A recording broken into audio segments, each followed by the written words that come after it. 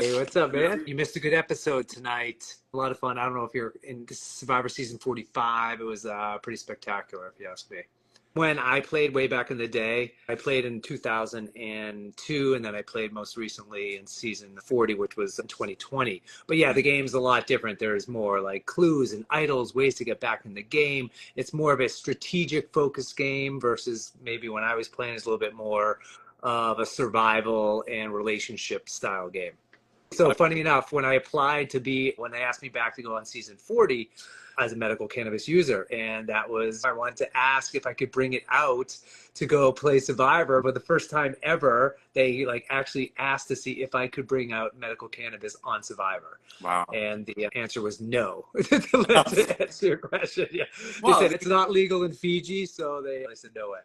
Yeah. Speaking of cannabis, let's take the people that may not know a little bit farther back and tell me about what brought you to medical cannabis, what was going on, and how did the experience go? Yeah, sure. Growing up, I never touched cannabis. I was a athlete. I played soccer in college. I wanted to play professional, so I never touched the stuff. But when I was diagnosed with cancer when I was 35, I had read that cannabis is good for people going through cancer, so I was curious.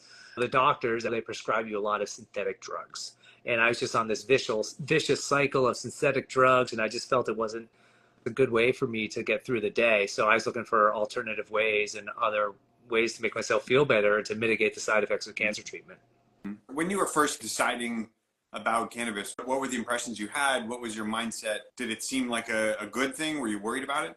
I wasn't worried about it just because I had friends that had used it. I was aware of the benefits of cannabis. It just wasn't my thing. Yeah.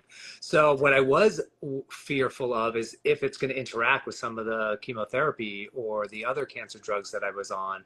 That was what I was most afraid of.